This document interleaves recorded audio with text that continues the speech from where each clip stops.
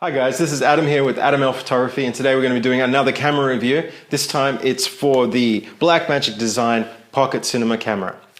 This camera here, I was very hesitant to buy it coming from being a Nikon shooter, essentially because I wasn't sure how the Nikon glass would play on this camera.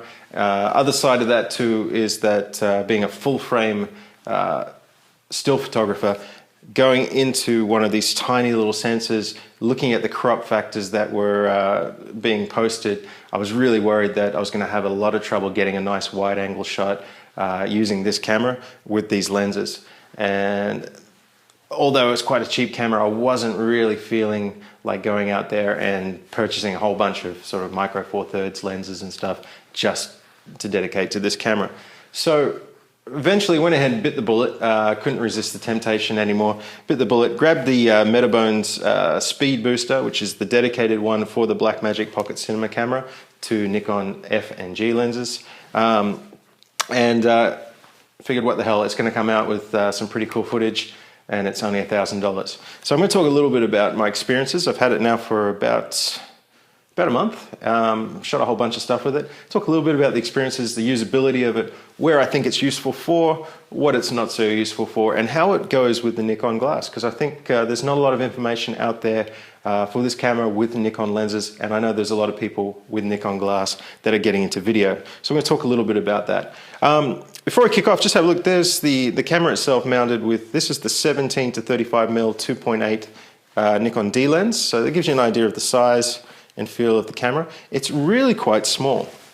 Smaller than I expect it to be. Even with the name Pocket Cinema camera, I expect it to be a little bit bigger. What I do like about it though is it's robust. It's really well built and it's got a little weight to it. So when you're hand holding this thing, it's not so light that you can't control it. It does have enough weight there that with a bit of care, you can hand hold this and get some pretty amazing footage. So when you're shooting in Cinema DNG RAW, all you're getting is 24 raw photos per second of video footage. Now when you start thinking about that, you're getting 5 megabytes per image, times that by 24 per second, sorry. And then if you're shooting a minute of footage, you've got to put another 60 times on that. It's a hell of a lot of data. So just a few seconds, of recording time can come up to several thousand images. So you've got to be prepared to have a fast computer, a fast processing system, both your hardware, but also your own system that you use for processing images, and a way to store all that data. So that's something to keep in mind with this camera. If you want to shoot RAW, you're going to need a lot of external hard drives and a very good way to process all that information.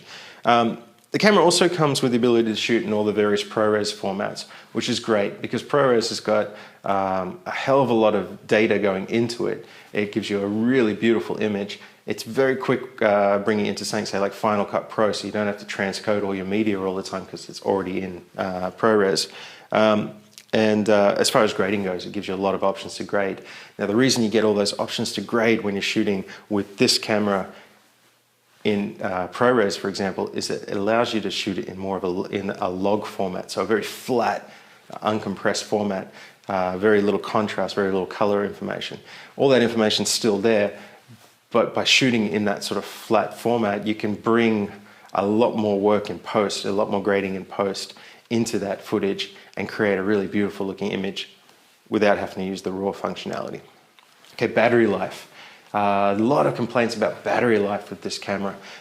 Yes, the battery life is not fantastic. I would say if you've got your zebra patterns on and you've got your screen turned up to full brightness, and you're recording, say, RAW or high HQ ProRes or something, you're probably going to see about 20 to 30 minutes of straight recording time before the battery starts to get pretty low. So in that sense, it's a great idea that if you do purchase this camera, purchase several batteries. Myself, I purchased 4 extra batteries, taking me up to 5 batteries, and a dual charger that will also go into my car. That way I can always have my batteries on charge. I've got extra batteries on hand, and essentially I'll be able to shoot for about 3 or 4 hours with those batteries without having to get too worried about changing everything out and recharging. Battery life is quite small, but because of the amount of data that this camera is processing, you've got to expect that from a small little camera and a small little battery. It's only a tiny battery.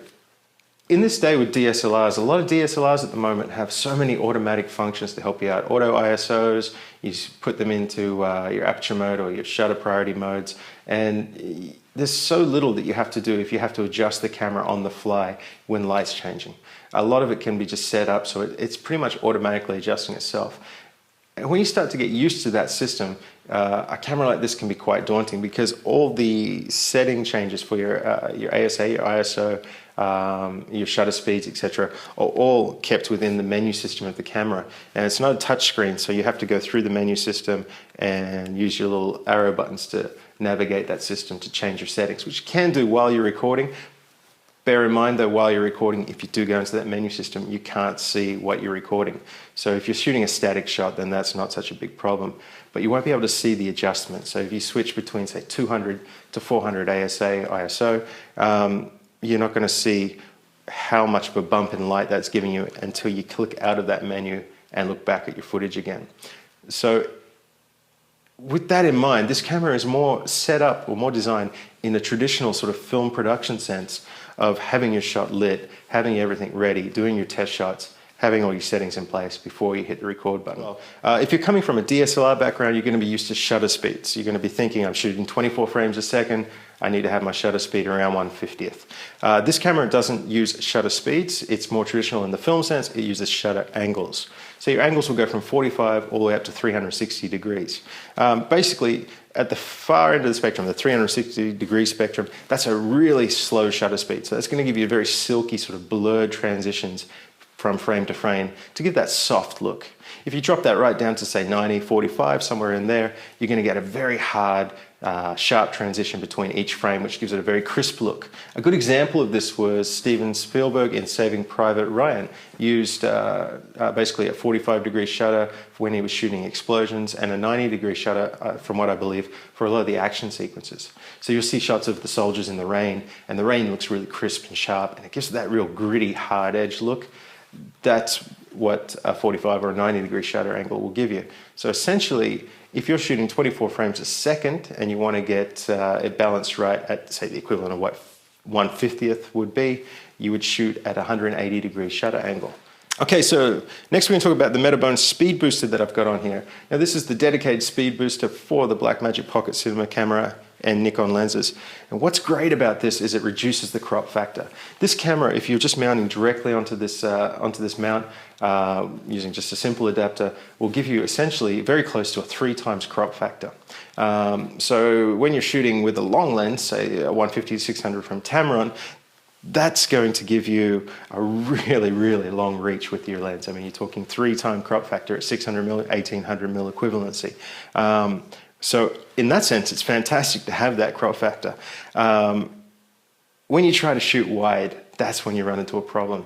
So if you were shooting even with something like I have on here at 17 to 35mm, you're shooting at 35mm on this lens without this speed booster, 3 times crop factor. You're actually shooting at over 100mm, and that's one of the widest lenses I have.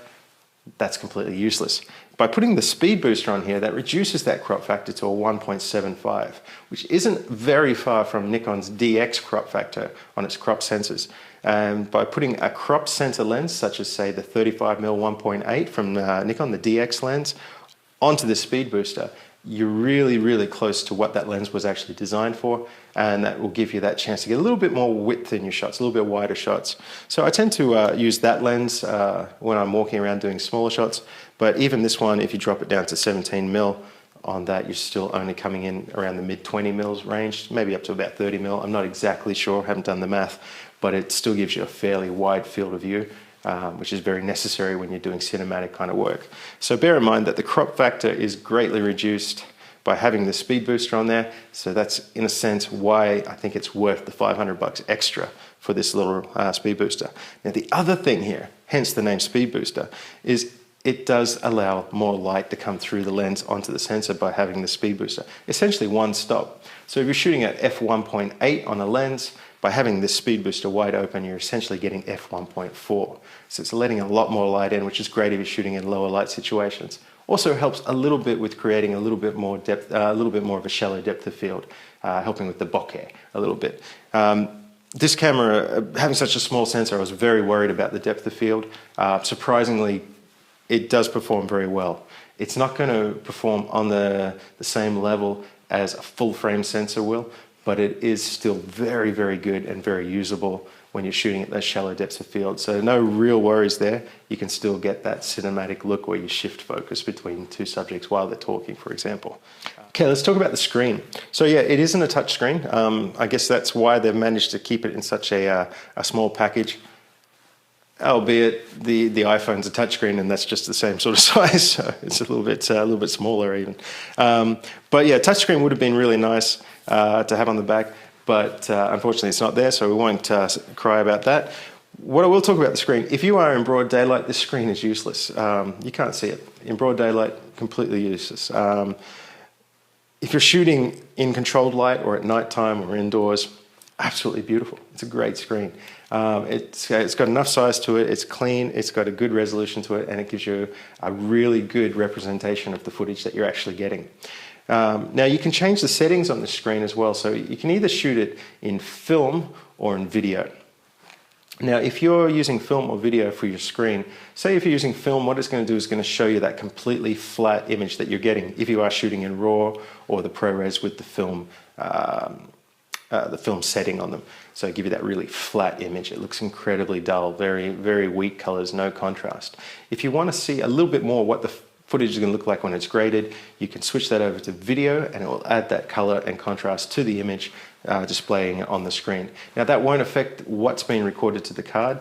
That's another set of options you can do there where you can change the format so that you are shooting, say, ProRes video, and it will give you all that contrast and everything into the actual video file to save you a little work in post.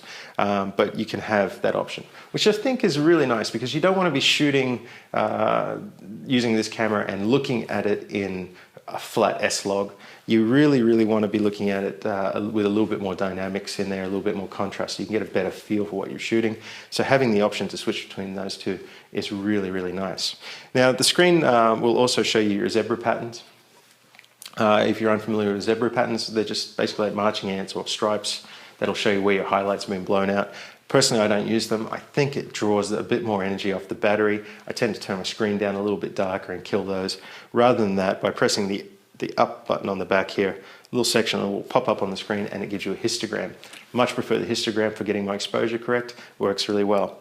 Now one of the other functions that's on this camera through the screen is this focus button. By hitting the focus button on the back of the camera, everything that's in focus will have like a green halo or a green line around it, and it really helps you narrow your focus and hit your focus bang on, especially if you're shooting at really shallow depths of field or at a great distance. And that function is just one click away, works really well, and it's not overly powering, so it's not distracting you too much from the scene, from the image, so you can still frame your shots really well with that on. So that's a great little functionality that is included in the camera. Okay, so another thing that is discussed quite a lot about this camera, I've seen it online, is audio. The audio from this camera is shocking. It's terrible. Even if you plug an external mic in, say like a Rode video mic, hook it up to the cold shoe, you're still getting pretty doggy audio, and that's just something to do with the compressor that's inside here for the audio. It's not designed to be a finished product audio recorder, so to speak. So this camera is really recording audio more in the sense as a monitoring audio, so you can sync it up later with your actual audio. So when you're using a camera like this, don't expect to be able to walk around, do interviews and stuff using the inbuilt audio. It is possible. It can sound okay with an external recorder, but again, it's going to sound okay. You're going to be producing amazing, beautiful cinematic images. Why dump on the audio and just go for some okay audio? So another thing people have asked and I've seen is, will the camera autofocus? No. I don't know whether it will autofocus with micro four thirds lenses or lenses that were designed to go with this camera. But if you're shooting with Nikon, even with the speed booster, it will not give you autofocus or automatic control over your aperture or your iris, whichever way you want to call it. All that is done manually. Okay, so with this camera as well, one thing you can do is you can play back all your images. You can watch all your footage by hitting the play button on the top, skipping through. One thing you cannot do is delete files, which is a real bummer because that's one gripe I do have this camera is I would like to be able to go through and clear a little space off the memory card for takes that weren't working or just I'm not going to use, clear that off. This camera is a fantastic camera if you're a solo shooter or you're working on a budget, you're doing travel, anything where you can't be carrying around huge amounts of gear or you don't have a big crew to support you. This camera is fantastic for getting really high-grade cinema quality footage without breaking the bank or your back. So that's my take on the Blackmagic Pocket Cinema camera. For $1,000, I'm really happy with what I've got. I'm getting some fantastic stuff out of this. I'm looking forward to using it a lot more. Yeah, no buyer's remorse. If you're looking for a camera in this range, hopefully this has helped. This is Adam L. Happy shooting.